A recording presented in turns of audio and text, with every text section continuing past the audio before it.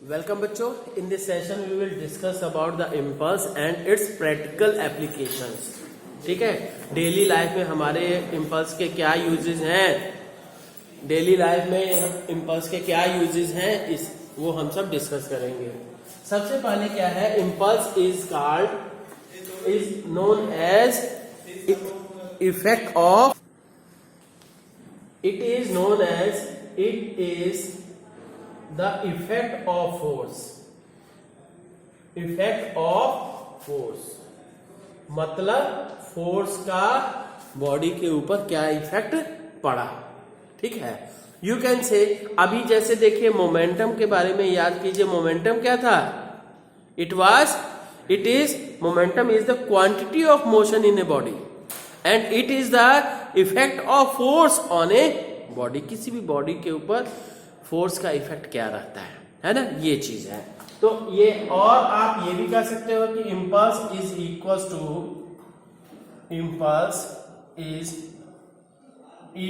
To the product of किसका product ji?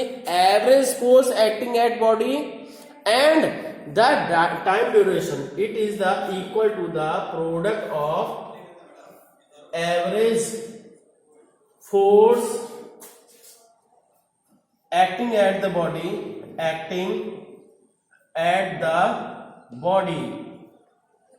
average force acting at the body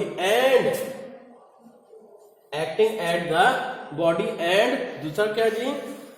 and total time duration for which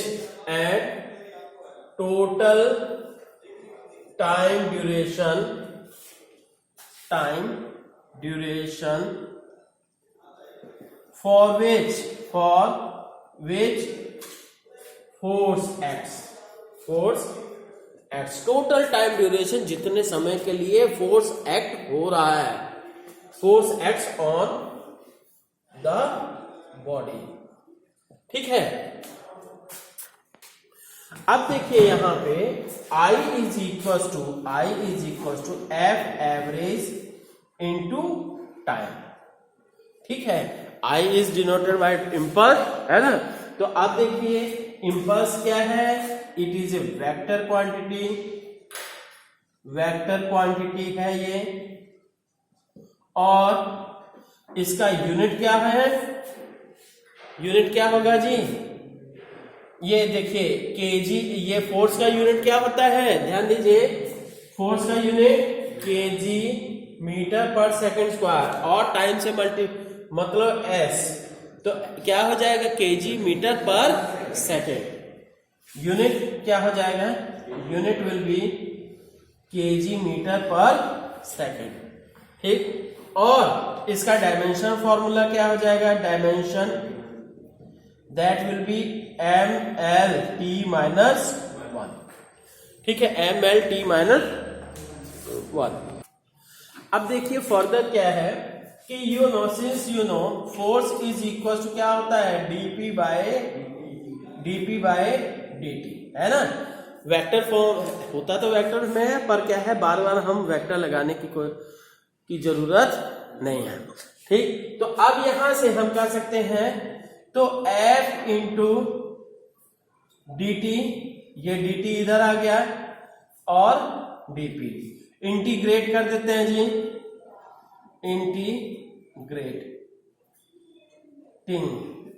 ठीक। F D T, ये F को हम क्या है? Average force कर देते हैं, 0 से t टाइम हो गया।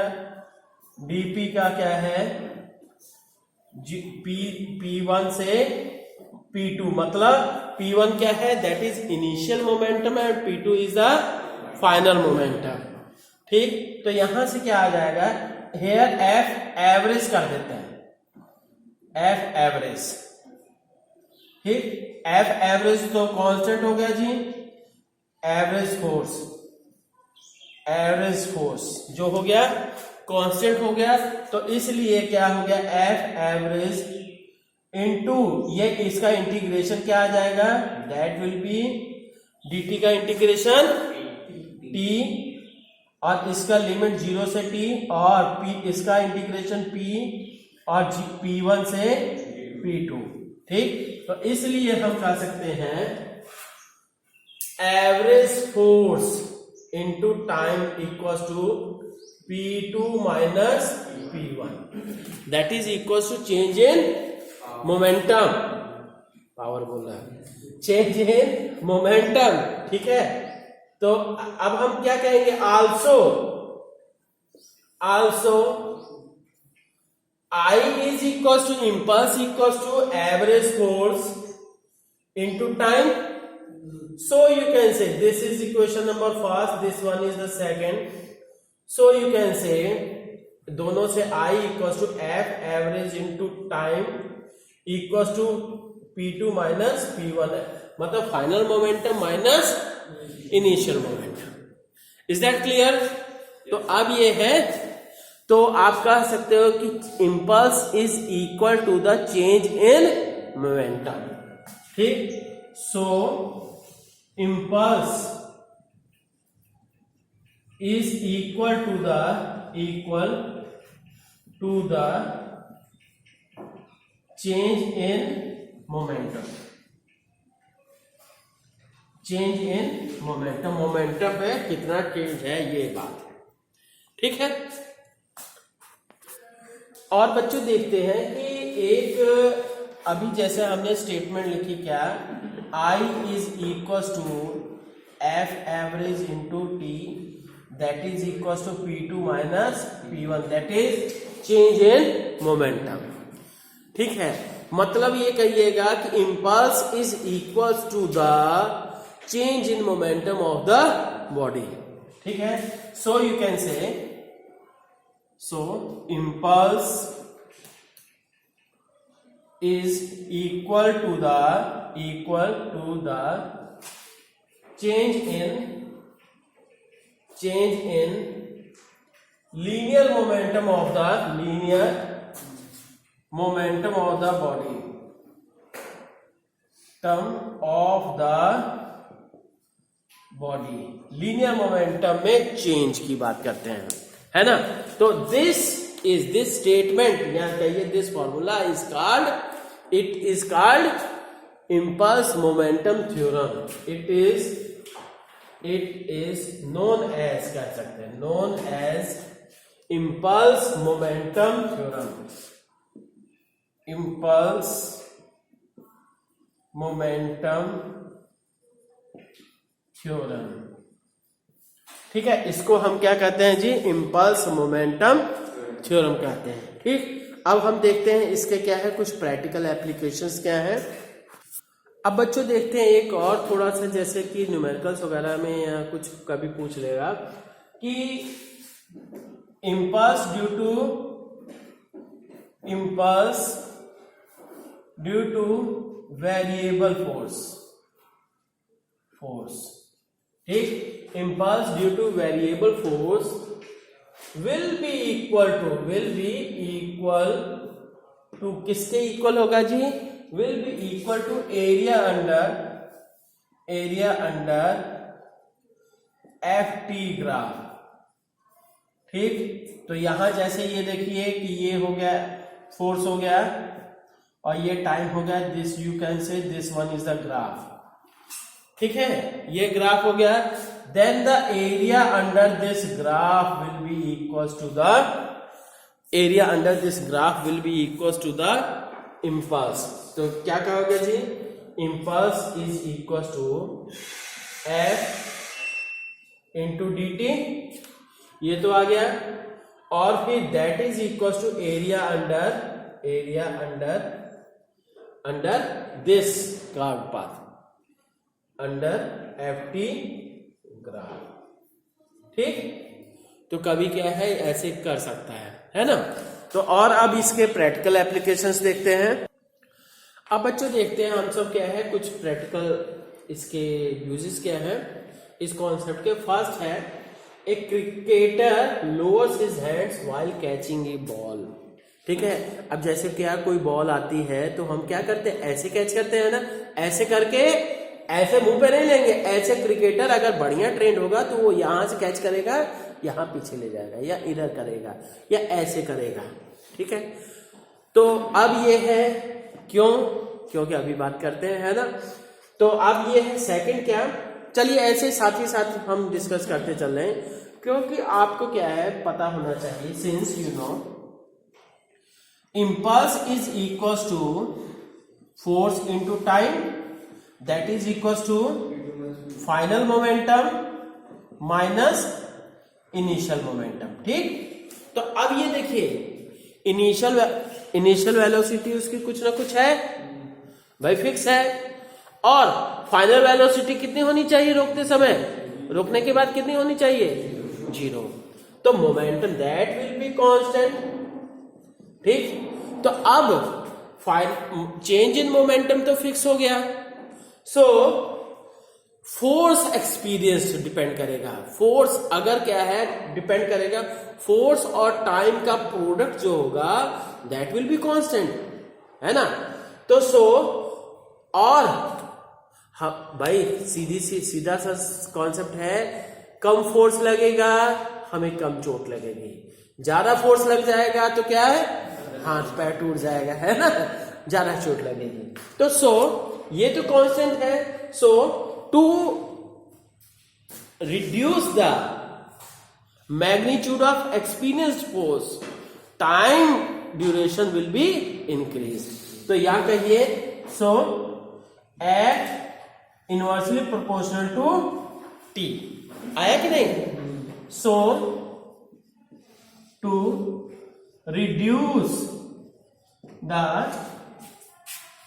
magnitude of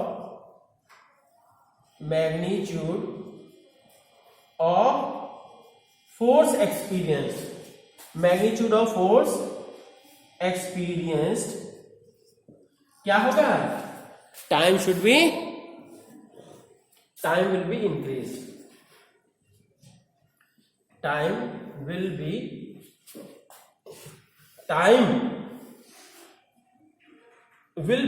कहिए चाहे टाइम शुड बी इंक्रीज, या टाइम शुड बी इंक्रीज्ड।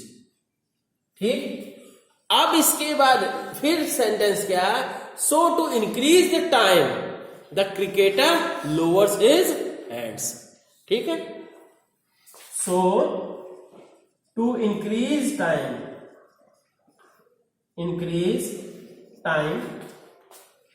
ये द क्रिकेटर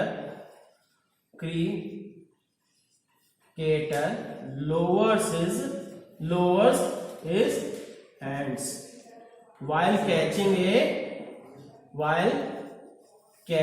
a ball। ठीक है, बॉल को रोकने के लिए कैच करते समय क्या है, हाथ नीचे कर लेता है। अब बच्चों देखते हैं इसी तरह से क्या है, सुनिए when a person jumps on cemented floor और सैंड, ऊपर से जंप किया जाता है, या हाई जंप वगैरह ही देखते होंगे, या लॉन्ग जंप की मिट्टी बिल्कुल हल्की की जाती है, हर 5-10 जंप के बाद मिट्टी को फिर से खोद दिया जाता है। ऐसा क्यों?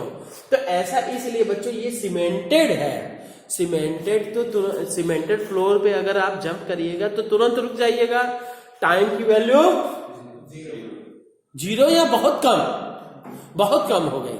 ठीक है, कि जितनी देर में, तो उससे क्या है, force experience will be very high. ठीक है, तो force experience will be very high, so the person gets injured on the cemented floor. ठीक है, यही लिखना है, बस खाली यहां ये लिखना है, since in this case time, ये पूरा तो कांस्टेंट हुआ, time taken is very small, so force experienced will be very large, so force experienced will be very large, as a result the person gets injured। अब next देखते हैं क्या, हाँ अगर यही क्या है बालू पे या हल्की मिट्टी पे किया जाए, खोदी हुई मिट्टी पे करेंगे तो क्या होगा, time duration will increase, as a result force experience will decrease.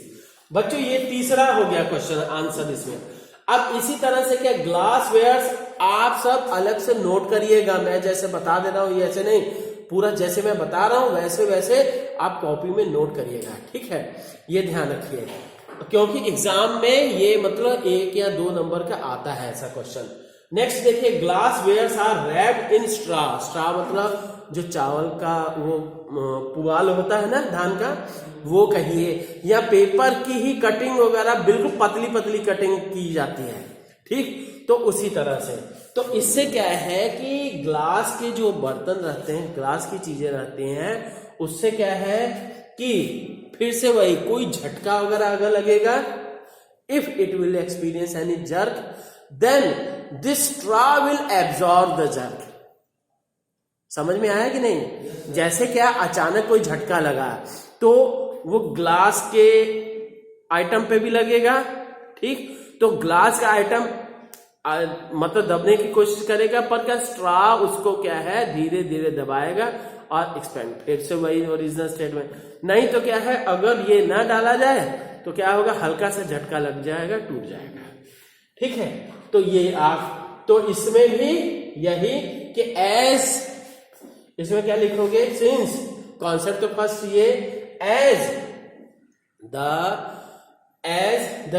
ये container of glassware experiences any jerk, then ये to experience minimum force straw provides maximum straw.